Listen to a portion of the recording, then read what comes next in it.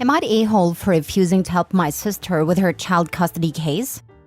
My 37 female sister, 30 female, is in the process of divorcing her husband of 3 years. The divorce has taken a messy turn, and they're battling for custody of their toddler. My sister and I haven't spoken in nearly 6 years because she accused me of using her identity to get an apartment when I was in active alcoholism. I'm now in long-term sobriety, but at the time I told her I didn't do it, and she refused to believe me. She tried to have me arrested, but the apartment complex's video surveillance showed it was actually someone she didn't know who had stolen her identity from a place she used to work. She never apologized to me for accusing me of this, and she had told everyone and anyone who would listen that I had done it. However, when she realized it wasn't me, she still didn't backtrack or tell anyone otherwise. Fast forward to now. I'm sober for a few years, and my partner's sister is one of the top-rated family law lawyers in our area. The lawyer my sister currently has is terrible, and she lost custody of her daughter today. My mother called and said my sister called my sister-in-law, but she won't take her case because she doesn't feel comfortable knowing how it would make me feel, or not knowing. My mom wanted me to call sister-in-law and tell her that my sister needs help and to please take her case. I told her no, and that is not my responsibility to help her. I have never met my niece because my sister refuses to be around me even still. She got mad and said I'm an a-hole because I should be willing to help despite our past. For me, it feels like it's not a past at all, and still very much the present. Am I the a-hole? Now for the top comments. Not the a-hole. May I make a suggestion? Call your sister-in-law and tell her that you appreciate the way she handled your sister. Let sister-in-law know that you'd prefer her not to take the case. And if anyone in your family calls her and tells her otherwise, they're lying. I will tomorrow. My sister-in-law has been such a wonderful support. I'm so thankful for her friendship and sisterhood. You're correct that I should contact her tomorrow. Not the a-hole, but info. What did she do to lose custody? She was caught with a DWI last month. Ex-husband called for emergency temporary custody and got it. Today they went to court and full custody was granted to the father. Not the a-hole. Congrats on your sobriety. Your sister has severed her relationship with you. It has been years. Why would you put in a good word for her? Your sister is still actively shunning you. You haven't met her kid. Your mother is wrong. Also, your sister-in-law is not the only good family law lawyers around. Why pick your sister-in-law? If she lost custody and your sister-in-law was her attorney, somehow it would be your fault. I'm assuming that your sister uses her married name. Your sister-in-law wouldn't have known she was your sister. Did your sister try to use your connection with your sister-in-law to get a discount or some other favor? I think your sister-in-law sounds great. I also think that she dodged a bullet and your sister would be a horrible client. My mom said she did call and tell sister-in-law who she was, that she was my sister. That's how sister-in-law knew because I have confided in her in my past. She knows everything I've done, good and bad, and knows that I didn't do that bad thing I was accused of. My sister-in-law is a gem, and you're very right. Thank you kindly. Edit. Thank you all very much. I still question myself and my intentions a lot, since I got sober and started making changes to be a better person. It helped to hear everyone say the things I was thinking. I appreciate all the feedback very much. Much love. Next story. Am I the a-hole for not punishing my brother for cheating on his wife? My brother Jake has been with his wife Kate since high school, now separated. They have 2 kids that are both my godkids, and me and him are basically best friends. Our sister Claire has been friends with Kate since middle school. We're each other's maid of honors and still very close. In the last 6 months, Jake confided in me that he fell for his coworker and let things slip into physical affair. I encouraged him to tell Kate and be honest about it so to not live a lie. He told her. She was originally in denial and wanted to work through things, but Jake said he'd be lying to himself, and they are now in the midst of divorce proceedings. He and a coworker are now in a relationship. When I met her, I'll admit it was weird seeing him with someone else, but they weirdly seemed like the most compatible couple I've ever met. They have way more in common than he ever did with Kate. They look at each other with such admiration. And despite how it started, I honestly think they could be together forever. I know I could be wrong there, but that's my hunch. So Jake and I are still really tight. We recently took our kids to a festival together this weekend. Just me and my kids and him and his. No partners. We had a great time, and he was telling me how happy he's been, and the kids seem to be adjusting to it much better than expected. I know it's all a process, but I'm glad he's doing well, and I'm glad to have him in my life. Well, our sister Claire is mad that I'm still hanging out with Jake. She's saying how she can't believe I have the audacity to approve of him being with a mistress. and that I should be trying to convince him to try to work things out with Kate, who is apparently still hoping for that. Or I should be no contact with him until he realizes how wrong he is and makes things up to her. Am I the a-hole for staying tight with him, helping him a little financially till the divorce/child support situation is figured out, and supporting his new relationship that seems to make him happy? I feel bad for Kate and all, but I just feel like they're a case of people who got married too young, and now he found someone who's a better fit for him. Edit. Regarding the child support. Kate makes about double him, and her job involves a ton of travel to where she's gone about 75% of the time. He's been a primary caretaker of the kids most of their lives. She doesn't want a new job post-divorce, so he will continue to have primary custody. Of course, that means the other parent who makes more will pay child support. It's for the kids. He's not pursuing alimony for himself. Your brother was selfish and blew up his family the worst way possible. That's going to have repercussions and fractures. You don't need to punish him, but it is kind of gross he's riding off into the sunset with his new side chick, while his ex is deeply mourning. Don't condone it, but it is not your job to punish him. Going not the a-hole, but with some strong ick.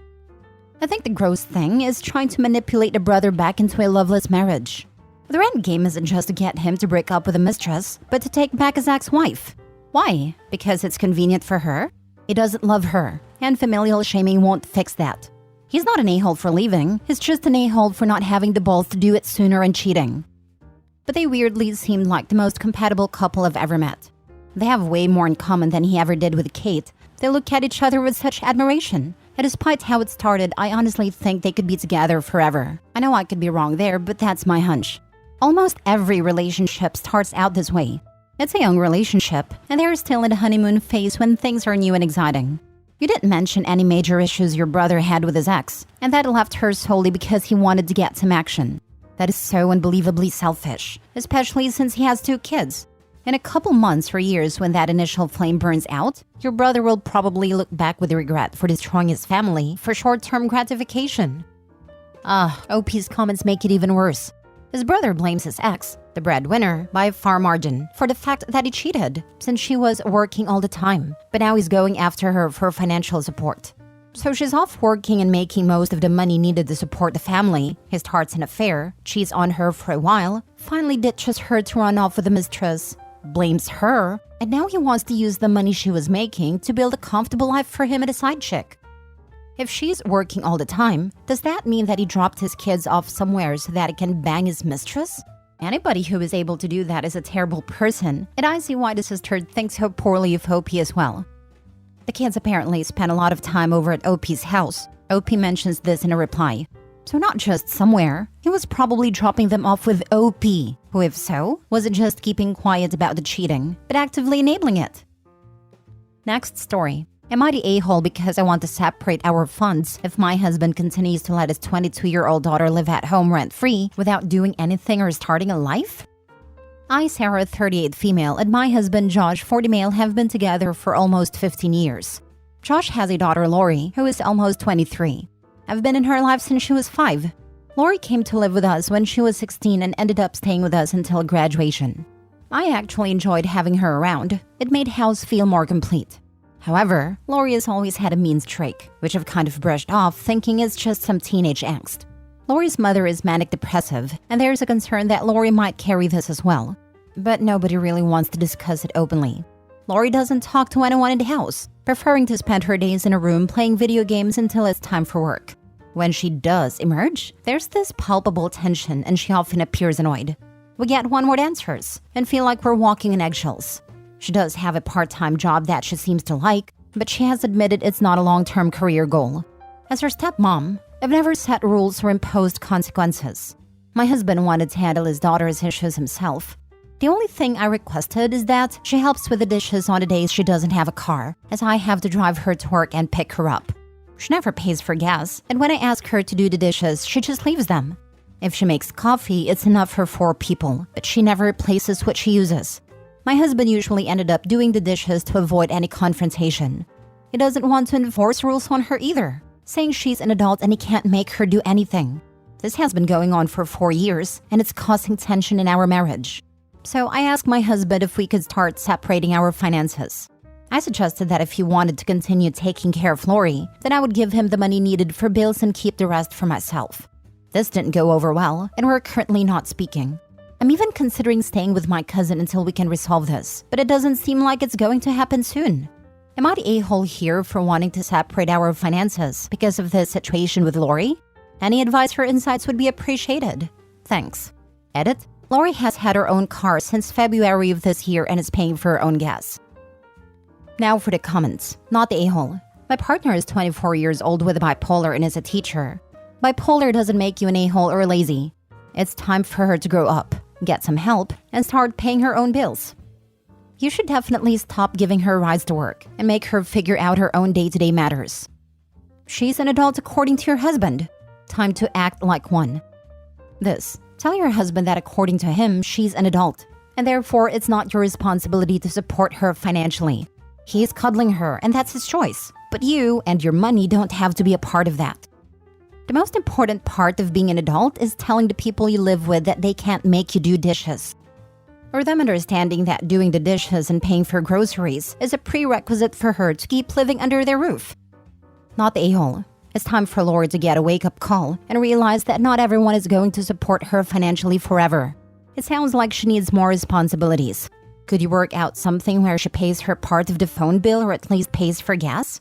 She's clearly making money, so some of that should be going towards you guys for supporting her other financial needs. I had to do this, and it honestly helps me get prepared for the big world. 100%. Lori's disrespecting OP in her home and her father is enabling it. Why does she need to financially support her on top of that? She's an adult and can take responsibility for her actions. Last story. Am I the a-hole for telling my husband he's an idiot and threatening to divorce him for co-signing on a $1 million home that isn't ours? My husband, 38 male, and I, 39 female, have been happily married for a little over 2 years. We own a home and do quite well for ourselves financially. He generally maintains the finances for our family. My husband's mother and sister live a few hours away, and I have always felt they were very abusive towards him. They speak down to him, disrespect him, and essentially make him feel as if it's his responsibility to clean up their financial mishaps and their poor choices. Now to the AITA part.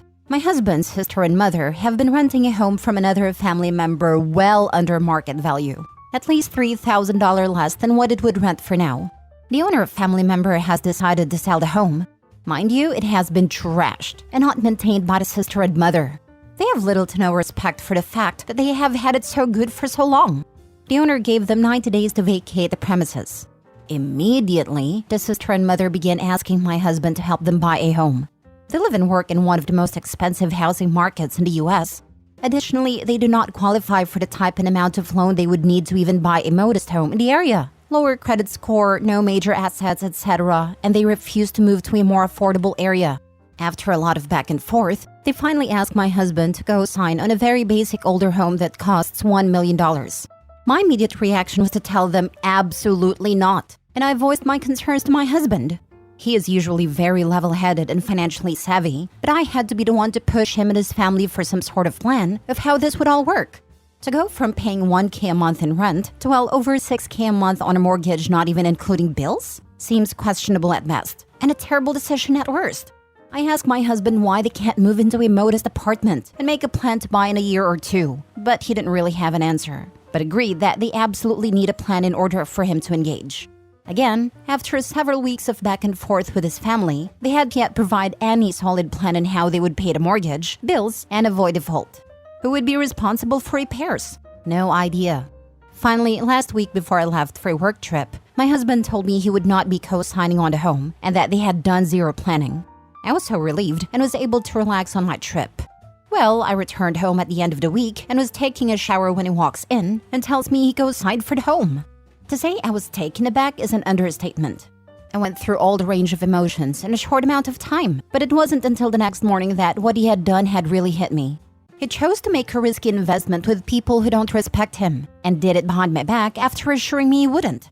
He kept trying to tell me I was safe from any potential impact, but I don't understand how that could be. I asked him to walk me through the conversation, the plans, and any assurance that our own assets were safe. He couldn't. He then had the audacity to tell me, "At least I decided to tell you." That is when I lost it. I felt absolutely betrayed and disrespected. I cried and screamed and told him how he cannot see how they use him. I told him I was questioning his integrity and our relationship. we are also in the midst of the IVF process, and it has been extremely hard on me and my body. I told him I didn't think he deserved to be the father of my children, and if we did have children, his family would have limited contact and not allowed around my children. There are other incidents of how they have treated me with such disrespect that even I have distanced myself from them. That is also another reason why my husband decided for us to move away from them. Back to the subject. At first he was remorseful, but then he got defensive of his family. Even though myself and many others have tried to show him how abusive they are. I told him if he wanted any chance of making our relationship right, he was to immediately work with his mother and sister to write a contract that he had majority ownership in the home, so that if they continued to make poor decisions and default, he could sell the house. Well, to no one's surprise, his family would not agree to these terms, because they believe living there is enough to solidify it's theirs. For the last 3 days, I've asked over and over again why he made this drastic decision without a plan. My friends agree that this is a divorce-worthy offense, but the reality is besides this, we have a wonderful life together and I love him dearly. So Reddit, am I the a-hole for calling my husband stupid and threatening divorce over co-signing the loan? Some additional details for anyone interested. His sister is actually older than him.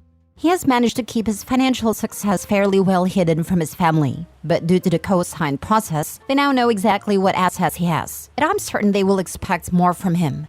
Before asking my husband to co-sign, they didn't even attempt to take out the loan for the home on their own.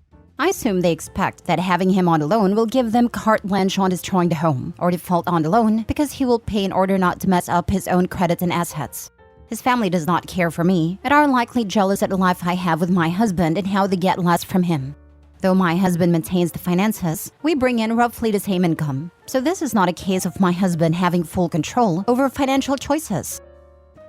Not the a-hole. He has shown you to be irresponsible. What happens if you have a college fund for your kids and his family feels entitled? Please do not have a kid with him. Unless he could somehow get out of this mess and go no contact with them, I would definitely divorce him. Even then, I don't see how we would rebuild trust. I would have to go through every single account monthly, and I don't know if it's worth it. The blatant lie and then doing it behind her back, how on earth do you get past that? If they divorce now, then this stays with him. He just lost their retirement/college fund, just gave it away, and will most likely keep on doing it. It's $1 million, with zero equity for him. OP, I'm so sorry you had trouble conceiving, but I'm glad you are not tied by a kid to this mess. Not the a-hole. Yeah, even if she loves him, divorce him and separate all finances completely, so she's off the hook for the debts when they screw her husband over.